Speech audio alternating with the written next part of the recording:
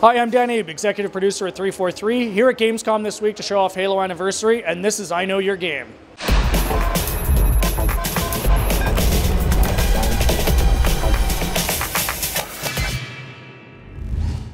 Yeah, so we're really excited about this. I mean, to your point, what we didn't want this to be was just another remake. We didn't want to just say, hey, we're going to make this in HD and call it a day. We wanted to do something really special for the fans. I mean, this is the fans' franchise. This franchise has always belonged to them, and the fans are the ones that made this what it was today. So we wanted to put a tremendous amount of value in there. So we obviously have a campaign and a multiplayer component. The multiplayer component is going to have 6 multiplayer maps and 1 firefight. On the campaign side, we've got a bunch of features, only some of which we've started to talk about. Achievements is probably a good place to start. You know, a lot of people have been happy about that. They can finally get achievements for playing Halo 1.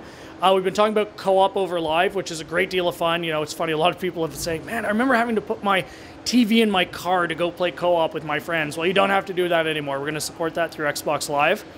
We've been talking about terminals a little bit as well. You know, terminals made their debut in Halo 3 as a nice Easter egg for fans to find and told some backstory. What we've done is we've completely modified the concept of terminals because reading text on a screen was not terribly interesting. So we've taken more of a visual approach, which is fabulous for us as storytellers because it allows us to tell a much more compelling and engaging story than we could before. But, I mean, probably the feature I'm the most personally excited about is Classic Mode. You saw a little bit about it today. Classic Mode basically allows you at any point during the campaign to hit the back button and revert the graphics to how it looked 10 years ago. And it's a lot of fun because you can go back and forth as many times as you want. You could be in the middle of a fight and hit Classic Mode and the graphics are just going to switch and you can keep going. It's a tremendously magical feature for Halo fans because it's just great to see how the game looked 10 years ago. But I like to say it's like 10 years of gaming evolution at the touch of a button because it's really fantastic to see how far the technology has come and how our craft as gamers has evolved over the past 10 years and what kind of different tools we have at our disposal right now. So Classic Mode is like really an exciting feature, and the difference between the two, like the old and the new graphics, is so striking. It's just really magical. So yeah, when you hit Classic Mode, the only thing that changes are the graphics. A core development principle for us in this game was that we wanted to make sure Halo played exactly the same as people remember, exactly the same as it did 10 years ago. That was the most important thing for us.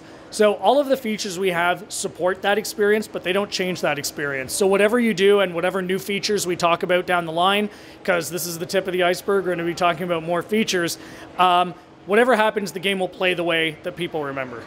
So it was interesting when we were developing the game, we got to the point where he said, okay, our razor for this game is going to be, this needs to be true to that original Halo experience. And any features we wanted to do or changes we wanted to make, no matter how cool, if it changed the gameplay, we didn't do them. So we actually went so far as to lace portions of the original Halo code into the game to make sure the game played the same, reacted the same, and felt the same as that original Halo experience. And on top of that, we layered some new audio and technical, graphical technology that make the game look and sound like a current generation title. So players really get the best of both worlds. So multiplayer, we're doing a little bit differently. Multiplayer, we're using the Reach engine for that. A few reasons for that. Reach has some cool features that we wanted to take advantage of. So by using Reach, we get the save films, we get Forge, we get all of that good stuff. Another big reason was population. So if you've got Reach and I've got Anniversary, we wanted to make sure we could play together. But I mean, another great thing about using the Reach engine is you get things like the armor abilities. Like, you know, Beaver Creek, which we're showing on the floor here today, changes completely when people are flying over you in jetpacks, dropping grenades on you. It's a great different twist on a map that you know and love.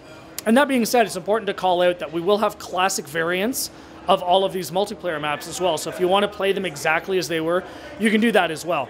So it's great for us. At Gamescom this week, we're showing 2 multiplayer maps, Damnation and Beaver Creek, and it's cool for us because Europe is the first to play our multiplayer, and we're here to see it, which is a lot of fun because we're able to interact with our fans and talk to them and hear what they think in real time. So yeah, so Halo Anniversary is coming to you November 15th of this year, on the date of the 10-year anniversary.